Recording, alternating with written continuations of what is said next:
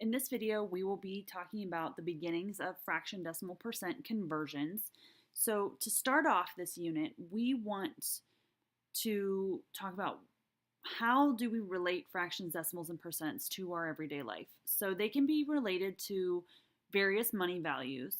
And let's use our understanding to demonstrate each coin value as a decimal, a fraction, and a percentage. So a dollar. If you were to write a dollar as a decimal, it would be 1.00. If you write it as a fraction, it's a whole. It's a whole dollar, so it's 1 out of 1, and it's 100%. So the dollar is the whole that we're talking about. The half dollar is 50 cents, so you write it as 0.50. And if I write it as a fraction out of 100 cents, it would be 50 cents out of 100 cents. Because it's half of a dollar.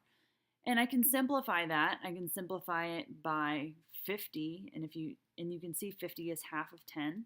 So it actually comes down to be a half. That's why it's called a half dollar. And the percent, we'll think of what is the percent of that represents half. 50% represents half. And you can also see that the 50 is here out of how many coins there are, or how many cents there are in a dollar. There's 50 cents in a dollar. Now for the quarter, a quarter represents 25 cents. And if we write 25 cents as a fraction of a whole, or a fraction of a dollar, it'd be 25 cents over 100 cents that make up a whole dollar, which we could simplify down to 1/4, which is also known as a quarter. A quarter is 1/4 of a dollar. And if we look at the part of 100 cents that a quarter is, it's 25%. Okay? Now, if we look at a dime is 10 cents, so 0.10. And it's 10 cents out of 100 total cents to make a dollar. And if we think of how many dimes it takes to make a dollar, if you count by tens, you end up with 10 cents. So a dime is 1/10 of a dollar. And you can simplify that. If you just divide by 10 here, you end up with 1/10. And if we look at the piece of a dime out of 100 cents, because a percentage is always going to be out of 100, that'll be 10%. Now a nickel is where some students mess up. A nickel is 0.5, it's 0.5 cents. The zero has to go in front there. If you don't put the zero in front and you just write 0.5, it's actually writing it out like 50 cents. Because I can add zeros to the back of any digit or any number and make it longer when it's a decimal. So really, I don't even need this zero here. I could just write it as 0.5 for the half dollar. So a nickel fraction of a whole dollar of 100 cents would be 5 out of 100. I can simplify that down to 1/20. Think there's 2 nickels in every dime, and if there's 10 dimes, there has to be double the amount of nickels. So there's 20 nickels. And then the fraction of 100 cents is how many percent? Well, it would be 5%. And then if we do the last one for the pennies, don't write 0.1 because that's a dime, because technically I don't need this zero here. Any zeros tacked onto the back of a decimal are just extra. So a penny is 0.01, and there's 1 cent in a penny out of 100. And that doesn't simplify 1 out of 100. That just has to stay. And so the percent, because it's out of 100, is just 1%. All right, so let's talk about some long division. So we have the dividend, which is the number that is being divided. We have the divisor, which is the number outside the long division symbol.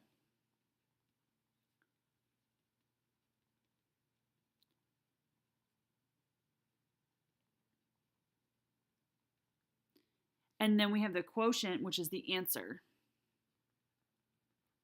or solution.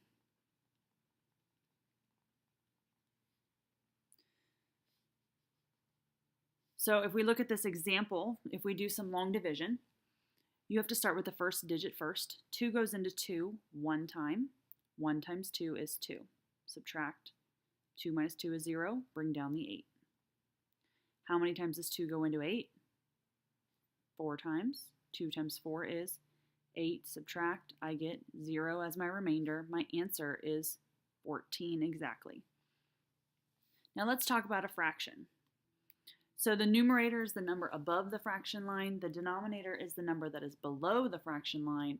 And in division, the numerator is the dividend. So the numerator is what goes inside of that house. And the denominator is the divisor. And we always say top dog in the house. Whoop, whoop. So this is your top dog. Top of the fraction goes inside the division house. So there's 4. The denominator goes outside. 2 goes into 4 2 times. 2 times 2 is 4. Subtract, I get 0. So the answer is 2 for that one. All right, so let's do some practice setting up the division house. Remember, top dog goes in the house. Whoop, whoop. If we do the long division for this one, 20 cannot go into 3. When this happens, you add a decimal to the dividend, and you put the decimal up at the top in the answer, and then you can add a 0. Because remember, we can add zeros afterwards as long as they are after that decimal point. 20 goes into 30 one time. And technically, I guess there'd be a 0 here because 20 can't go into 3, so it's a 0. So 30 minus 20 would be 10. Now 20 can't go into 10, so I'm going to add another 0 and bring it down. I can add any zeros I want after the decimal point.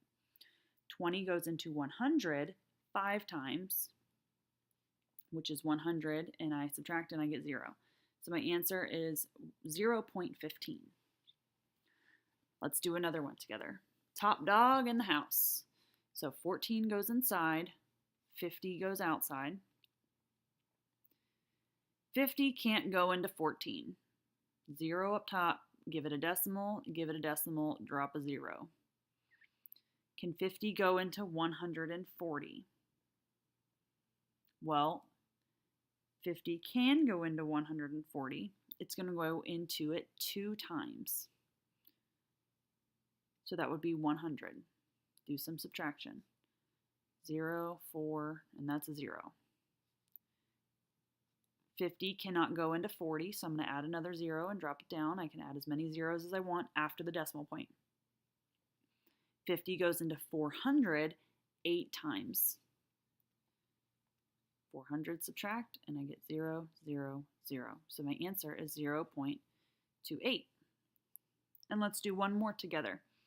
So I have top dog in the house, so 16, 25 on the outside. 25 can't go into 16, so this is a 0, and drop a decimal point. Add a 0. 25 goes into 160 6 times, and that would be 150. Subtract 0, 1, and this would be 0. 25 cannot go into 10, so I'm going to add another 0 and drop it because I can add as many zeros as I want after the decimal point. 25 goes into 100 4 times, and that is exactly 100, and I get 0. So the answer is 0.64. So what I would like for you to do is I want you to pause here, and I want you to try 1, 2, and 3 on your own. Here are your answers to numbers 1, 2, and 3. Be careful in number 2. When you added the first 0, you got to 30, but 50 can't go into 30, so I have to add another 0 up top, and that would be 50 times 0 is 0, and then I drop another 0 to get to 300. So if you made a mistake, you might have made it in that one. Now let's look at converting fractions to decimals. So if necessary, split the whole number from the fraction. This here is the whole number. So we're going to pull that away from the fraction, and that is what goes out in front of the number as the whole, or I'm sorry, in front of the decimal as the whole number. Then we use long division to divide the numerator divided by denominator. So this piece comes down here to do long division with. Then we reunite the whole number with the decimal piece. So when we did the long division, we got 0.25, but then we have to slide, instead of 0 point, it's going to be 2.25 as your final answer for that one. So let's do some practice here. For number 1, we need to just do straight long division. So 3, top dog in the house, 20 on the outside. 20 can't go into 3, drop a decimal, drop a 0. 20 goes into 30 one time, subtract, I get 10, bring down another 0. 20 goes into 100 5 times, which is 100, and you subtract, and there's no remainder. You get 0.15. Now for number 2, I'm going to take this 3 away, and I'm going to say 3 point something. Then I'm going to take the fraction over here, top dog in the house. 5 goes into 2, well, it can't. So I have to add a decimal and a 0 down below. 5 goes into 20 4 times, which is 20. I subtract, no remainder. Then this comes back with this here. So instead of 0.4, it is now 3.4 for my final answer. So I want you to try 1 through 8 on your own, or I'm sorry, 3 through 8 on your own. Unpause the video when you're ready to check it. And here are your answers for 3 through 8. For 6, 7, and 8, those were the ones where you had to pull the whole number out and do point whatever was behind the decimal. Don't include the zeros that are in front of the decimal for those ones. And be careful with number 7. That was one where you had to add in an extra 0 because 2 didn't go into, 20 didn't go into 10. You had to add another 0 so you had 20 going into 100. Now, if we look at the bottom of that page very quickly, we're going to practice with some comparing. You always want to change to decimals when you're comparing. So number 9 is already a decimal, or the decimal part is 0.3. But we need to do some long division with this fraction. So we're going to do top dog in the house. And if you have this one memorized, you might. 0 and a decimal point and a 0. 4 goes into 10 2 times, so it would be 8. 10 minus 8 is 2. Drop another 0, it would be 20, which is 5, 20, 0. So this is 0.25. Now the important thing to remember when you are comparing decimals is you need to make them the same length. So this one is 2 digits long. It's 25. We need to make this one also 2 digits long. So we're going to add a 0 in to make a placeholder. So this is 0.30 and this is 0.25. 0.30 is greater than 0.25. So that's all you need to do. Just add in zeros afterward, make them the same length, and then compare them like you would compare whole numbers. So I want you to pause. I want you to try 10 and 11 on your own. So here's your answers for 10 and 11. Number 10, you didn't have to make them the same length because it just happened that they came out the same way. But number 11, 7/10, if you remember your place value of numbers, you remember the first one in front of the digit, or I'm sorry, in front of the decimal point is the ones place. And then behind that, this becomes the tenths place, the hundredths, and the thousandths. This was 7/10, so in reality, the 7 is just going to slide into the tenths place. So I knew that was going to be 0.7 because there was no whole number. So I didn't even have to do any long division. So if you can remember your tenths, your hundredths, and your thousandths, that's going to make life a little bit easier for you. So the next page you're going to practice after your video, so don't worry about that page right now. I want to talk about page 6 real quick. So we are going to convert decimals into percentages.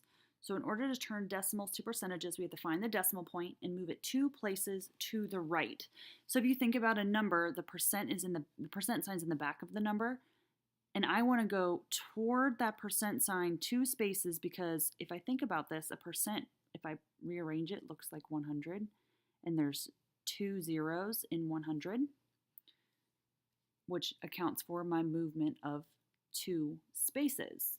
And percents are always out of 100, which is why the percent sign looks the way it does. So we want to go towards the percent sign 2 spaces to accommodate the 2 zeros that are in the percent sign. So if we look at the first example, there's no decimal point in the first example, but it's a whole number of 9. So the decimal point is actually right behind where the 9 is. We're going to move that decimal point 2 spaces to the right and then add a percent sign. The 2 spaces are going to get filled in with zeros, so this becomes 900%. Now the same thing with the next one, but the decimal point is there, so we're going to go under the 5 for the first spot and then add an extra spot. We're going to fill that in with a 0. So this becomes 1,350% because the decimal ends up where the little arrowhead is.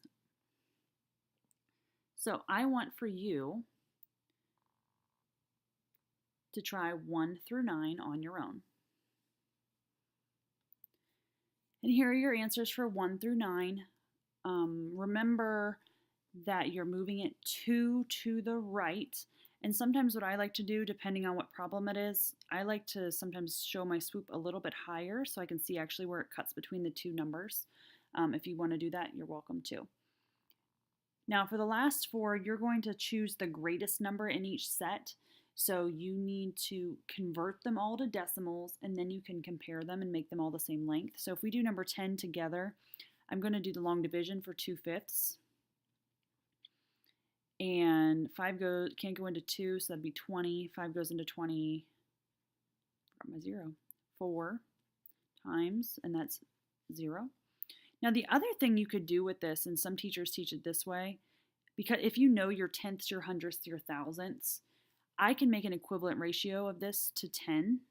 5 times 2 is 10, 2 times 2 is 4. 4 tenths, which is exactly what our decimal is. So if you're comfortable with those tenths, hundredths, and thousandths, go ahead and do that if you can.